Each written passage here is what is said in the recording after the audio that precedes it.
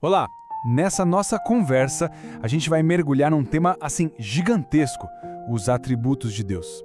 E a pergunta é, como é que a gente pode sequer começar a entender um ser que é infinito? Bom, a ideia é usar as próprias revelações que nos foram dadas para a gente tentar montar esse retrato. E aqui a gente já chega na questão central que todo mundo enfrenta, né? Como é que uma mente limitada, finita como a nossa, pode entender um ser que é infinito?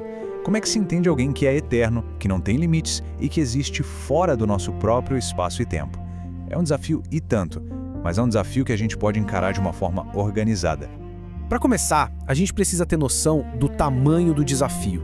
Conceitos como eternidade ou onipresença são coisas muito difíceis de visualizar, de colocar na nossa cabeça. Tentar entender isso plenamente é quase como tentar colocar o oceano inteiro dentro de um copo. Simplesmente não cabe. É por isso que a gente precisa de uma ferramenta, um modelo, para nos ajudar a organizar o pensamento. E para nos ajudar a estruturar essa compreensão, a gente vai usar uma parábola. Ela é simples, mas ao mesmo tempo extremamente poderosa e vai servir como nosso guia. A parábola do espelho e do sol. Pensa só nessa imagem, o sol. Ele gera a própria luz, o próprio calor, a própria energia. A existência dele vem dele mesmo. Agora imagina um pequeno espelho aqui na Terra. Ele não tem luz própria, certo? Todo o brilho que ele tem é só um reflexo da luz que vem do Sol. Essa imagem, por mais simples que seja, é a chave para a nossa análise. O que essa analogia faz, na prática, é nos ajudar a dividir a natureza de Deus em duas categorias, digamos assim. Os atributos incomunicáveis são como o Sol, qualidades únicas, infinitas, que pertencem somente a Deus. Já os comunicáveis são como o espelho. São qualidades que Deus compartilha com a gente, permitindo que a gente as reflita, mesmo que de forma limitada. Vamos explorar cada uma dessas categorias. Vamos começar então pelo Sol. Estas são as qualidades que são exclusivas da divindade, sabe?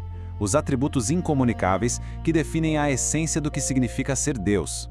O primeiro atributo é a onipresença. E aqui, olha, é muito importante entender uma coisa. Isso não é panteísmo. Não é aquela ideia de que Deus é o universo material. Pelo contrário, significa que, por ser espírito, ele transcende o espaço. A presença dele é total, inteira, em todos os pontos do universo, tudo ao mesmo tempo. Essa parábola aqui ajuda a gente a visualizar isso de um jeito bem legal.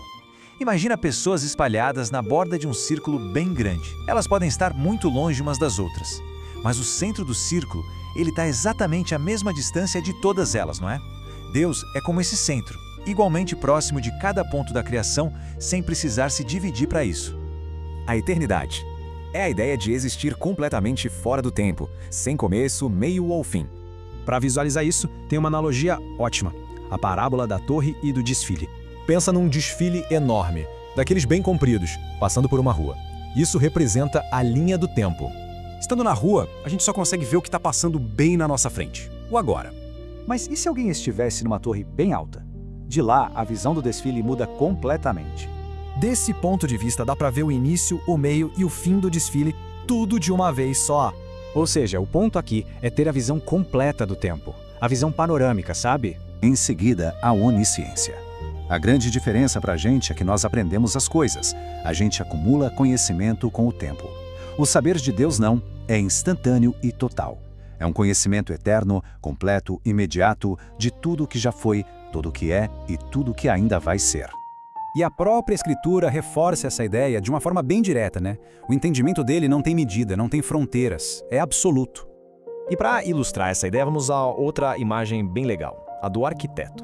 Imagina um arquiteto que planeja um prédio gigantesco, com cada detalhe, tudo só na cabeça dele. Antes mesmo de existir, ele já sabe tudo sobre o prédio. Afinal, foi ele quem criou o projeto. Ele sabe quantos tijolos vão, onde passa cada fio. É um conhecimento que já nasce com ele. O foco da onisciência é esse, o conteúdo da mente. O entendimento total e profundo de tudo. Talvez o mais famoso de todos é a onipotência, ou seja, o poder ilimitado.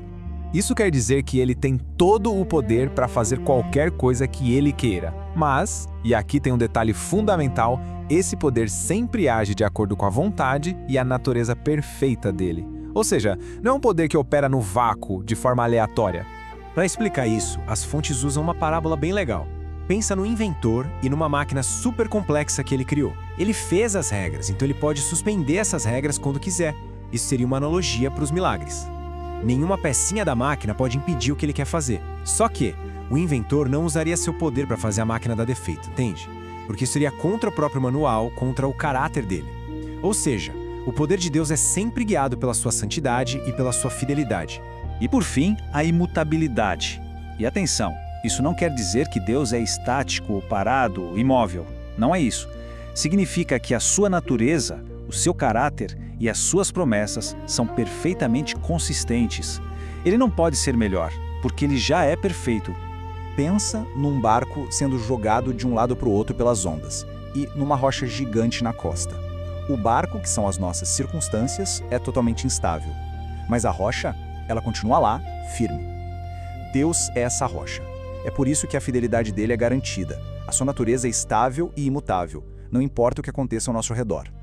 Muito bem, agora que a gente falou do Sol, vamos olhar para o espelho. Estas são as qualidades que Deus compartilha com a humanidade. São os reflexos da natureza dele em nós, as características que somos chamados a cultivar. Qualidades como santidade, amor, bondade, fidelidade. Deus as possui de forma perfeita, absoluta. Nós, como espelhos, as refletimos de um jeito limitado e, claro, imperfeito. Cada ato de amor sacrificial é um pequeno reflexo do amor divino. Cada promessa que a gente cumpre é um eco da fidelidade dele. A busca pela justiça é um reflexo da sua santidade. Basicamente, somos chamados a polir esse espelho. E tem mais um jeito de entender o caráter de Deus, olhando para os nomes que ele mesmo usa para se revelar nas Escrituras.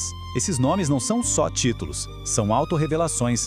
Cada um deles abre uma janela para a gente ver um aspecto diferente da sua natureza. Olha só, cada nome nos dá uma lente única para enxergar o caráter dele.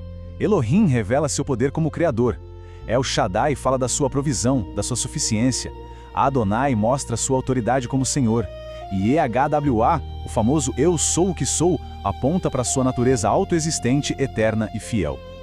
Ok, agora vamos juntar todas essas peças. Como é que esses atributos todos formam um retrato coerente de Deus?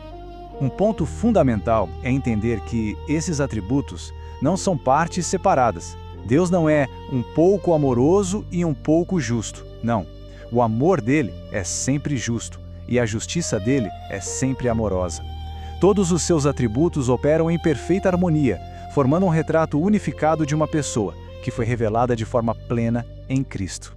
No final das contas, o objetivo de entender esses atributos não é só ter conhecimento acadêmico. O propósito é relacional.